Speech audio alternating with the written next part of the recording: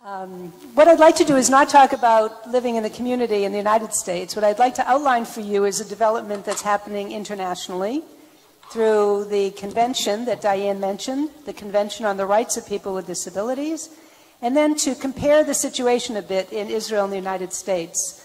I'm just about completing, with sadness, my 2 years here in Israel, and I've been really looking a lot at how you've developed your laws and policies and practices regarding supporting people to live and make decisions about what they want. And I'd like to share with you some of my thoughts before I leave at the end of July, but I'll be back. The title of my talk is There's No Place Like Home, the right to live in the community for all.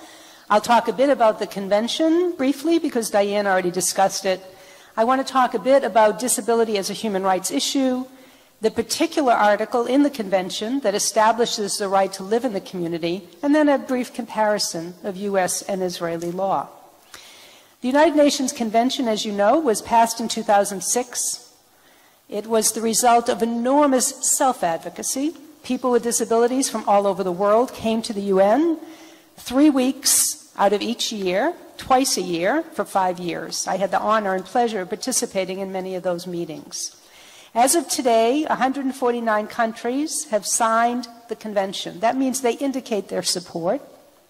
But until a country ratifies the convention, it doesn't really mean anything in terms of legal value for the people in those countries. Today, 101 countries have ratified it, but not yet Israel or the United States. However, I think Israel is well on its way, and hopefully very soon we will hear an announcement that Israel has ratified the convention. It's important. Why is it important? Because it establishes for the first time under international law, what does that mean? It's binding. When a country ratifies a convention, it becomes, in essence, part of the country's laws. It gives people's rights. It's used as awareness raising. And most importantly, in my mind, it's used as an organizing tool for people with disabilities to have a chance to demand what they want and how they want to be able to live within society. The purpose of the convention is to, quote, to promote, protect, and ensure the full and equal enjoyment of all human rights and fundamental freedoms by all persons with disabilities, and to promote respect for their inherent dignity. It sounds beautiful. Let's see what it really means in action. And as Diane said, the motto of this movement is nothing about us without us. And I'll share with you at the convention proceedings, in fact, it was people with disabilities themselves who identified not only the ideas for the convention, but literally the language that was used as well. Interestingly, the convention includes no definition of disability, and I want to mention that today because it is an inclusive document. It recognizes that disability is, quote, an evolving concept. What does that mean? That means how societies view disabilities may change over times. And most importantly, by not having a definition, it's not limiting the group, which may expand or contract. And certainly, as we use the example, I mean, I'm wearing glasses here. I don't consider myself a person with a vision impairment. But in some countries where one doesn't have access to glasses and one loses their eyesight and they're weaving perhaps a rug in Guatemala and their only way to earn income is by using their eyes to perform that task, that person would be considered a disability in that country. But most importantly, the convention puts forward what we call a social model of disability. It's not about the diagnosis, the impairment, the label. It's about how one's impairment interacts with society, and it's about society that has to change, not necessarily people.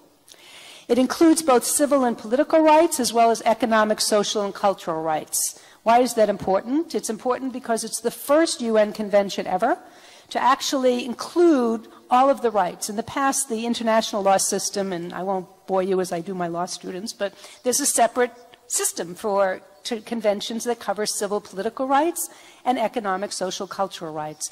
This convention brings it all together. Why? The idea is that it's great to say that an individual has the right to be free from employment discrimination, but if there's no work, how do you realize that right? So the convention is trying to move forward with practical steps, as well as the social, as well as the civil and political rights.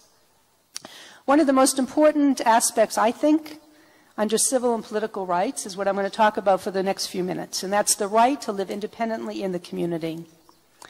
The right to live independently in the community is just part of the human rights perspective of this convention. The convention basically recognizes the equality of all people, regardless of their differences. And that's in the general principles. It says that there must be a respect for the inherent dignity, individual autonomy, including the freedom to make one's own choices and the independence of persons. And I think what's been very hard for many people in the field of disability is that when you also give people the freedom to make choices, they may also make mistakes. In terms of community living for all, Article 19, which, and I have to say I applaud Israel because it was really members of the Nitzivut, the Commission, Dina Feldman, Tirsa Leibowitz, and others who were really the active players in getting this article written the way it is. Article 19 sets out that the right of all people to be able to live in the community, quote, with choices equal to others. And that's important, that they can be able to choose where and how they want to live. It makes clear that the practice of isolating or segregating people with disabilities on the basis of disability in residential institutions is a violation of human rights. Article 19, I just want to select for you some key phrases. What it says, that the states parties, the states to the convention, recognize the equal right of all persons to live in the community, their full inclusion, participation. And let's look at A, Section A for a minute. It says, persons with disabilities have the opportunity to choose their place of residence, where and with whom they live, and on an equal basis with others, and are not obliged, will not be required to live in particular living arrangements. It's not particularly radical, right? For people without disabilities, we're allowed to choose wherever we live, whenever we want to live, provided we can afford the neighborhood, perhaps. But for people with disabilities, this right has not been realized, and now it is, at least under international law. What I want to share with you is some of the reactions to people I've spoken with over the past 2 years. People will say to me, oh, but people can be very, very lonely in the community. Or people are not ready to live in the community. They're not independent enough. Well, my response is, that's right, that could be. But it's the responsibility of governments, I believe, to establish programs to allow people to learn how to live as independently as they can, but to get as much support as they want. And those are really the goals of what we call supportive housing programs, which are now being developed in the United States and in Israel. In fact, I helped organize a study tour recently of people from your ministries to see some of our better supportive housing programs in the United States. But you don't have to look there, okay? For people in Israel, you have models and examples right here. What does supportive housing mean? Quickly, number one, we don't talk about continuum of services anymore. That's dead in the field. It's been replaced with a view that where a person lives does not dictate the support and assistance the person receives. Where you live is where you live, and what you need is what you need. It's based on the principle that people like to live in their own apartments or their homes with people they choose to live with. And people with disabilities have the right to receive the services where they live, just as other people. And that no one should be forced to move into particular housing situations. It's related directly to the notions of self-directed support. What does that mean? People should be able to choose the kind of services they receive, when, how much, how little, and from whom. And many people have responded to me when I've discussed this, oh well, but some people can't make decisions for themselves. Maybe they don't know where they want to live. Well, I've had experience with many people who can't speak, but can communicate in other ways, who may have difficulty thinking, but clearly can express preferences about who they like to live with.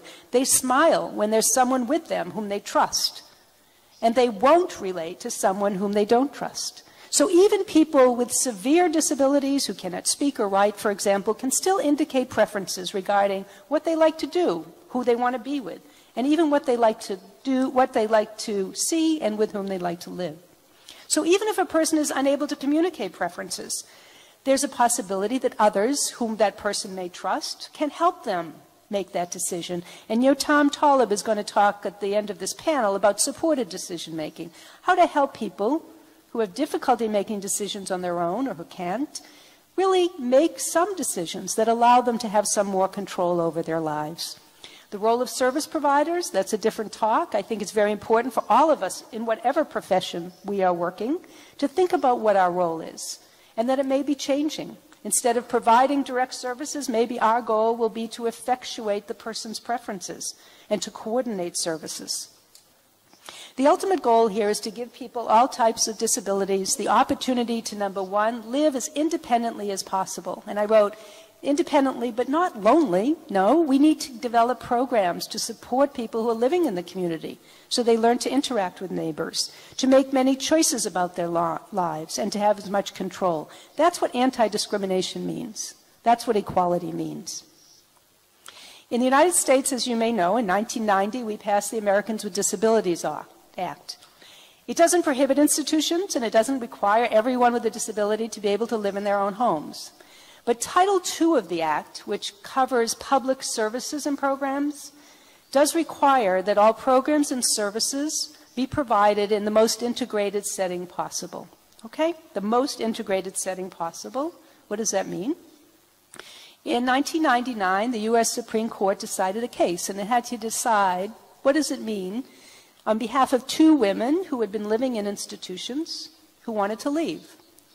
And the state, in fact, said, yes, we'd love them to leave. They're ready to leave. They'll need support, but they're ready to leave.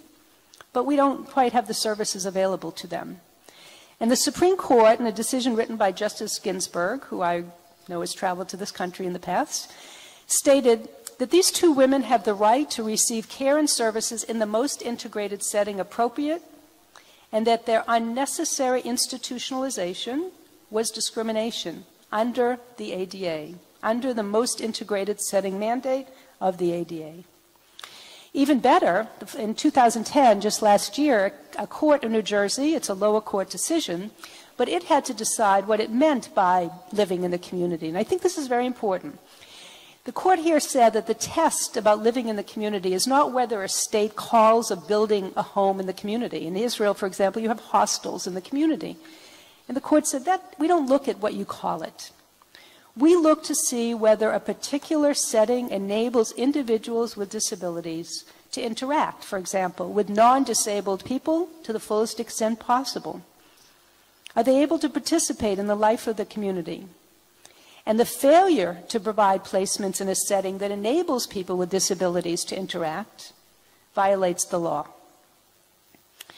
In 1998, you here in Israel enacted the Equal Rights for People with Disabilities law, and I had a role in that a long time ago, 1993. And amazing things are happening under the law, as you'll hear from Achia Kamara in his talks about what the Commission has done in terms of accessibility and employment. But there's one issue that still needs work, and that's the right to live in the community here under law for people in Israel.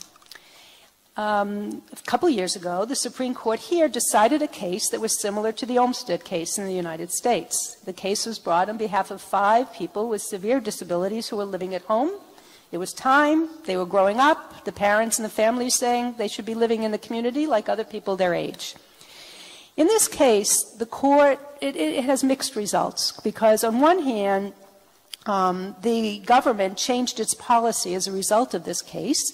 On its own, it decided that its policy of requiring people to be sufficiently independent to live in the community would change, so that now they actually will require an examination of every person and their ability, not creating categorization of people who can't be moved into the community. That's good.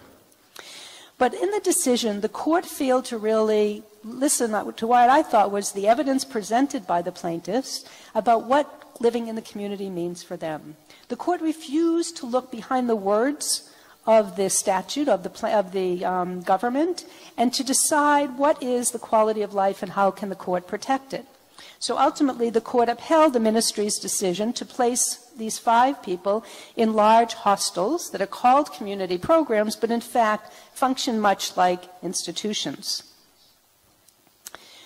Since the case was decided, it's not over yet. The 5 people are still living at home, and there's negotiations about where they will be living with some of the not-for-profits, NGOs here in Israel.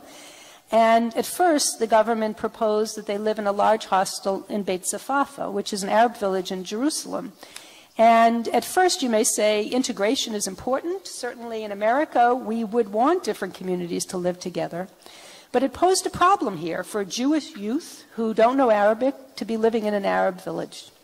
And clearly that was not the appropriate placement in this case, and the government has backed down, as I understand. There may be representatives here, and are now working with Zchut and the plaintiffs to find alternate arrangements. More recently, just last week, there was a case brought to the Israeli Supreme Court involving Ilanit, an institution you may know. And the Supreme Court has refused to intervene in that case, although Zchut will now be allowed to investigate the conditions there, which by some accounts certainly amount to human rights violations of people lying naked on the ground, being tied to chairs, with bruising and evidence of beating. These are investigations that rise to the level of human rights violations, and in other countries have been found to be a violation of human rights law. Okay, so where are we? The right of people with disabilities to live in the community has now become a binding international legal imperative. It's law. But changes will not occur overnight, nor should we expect them to. The CRPD itself recognizes the principle of progressive realization, so it will take time for the United States, for Israel, for all countries to conform to the convention. Ultimately, change for people with disabilities in Israel and the U.S. depends on the implementation and activism about our own laws. Why is it important? It's important because, as we know, people with disabilities have the right not just to be integrated into the community, not even just to be accepted, but really to belong. And who benefits? People with and without disabilities. Thank you very much.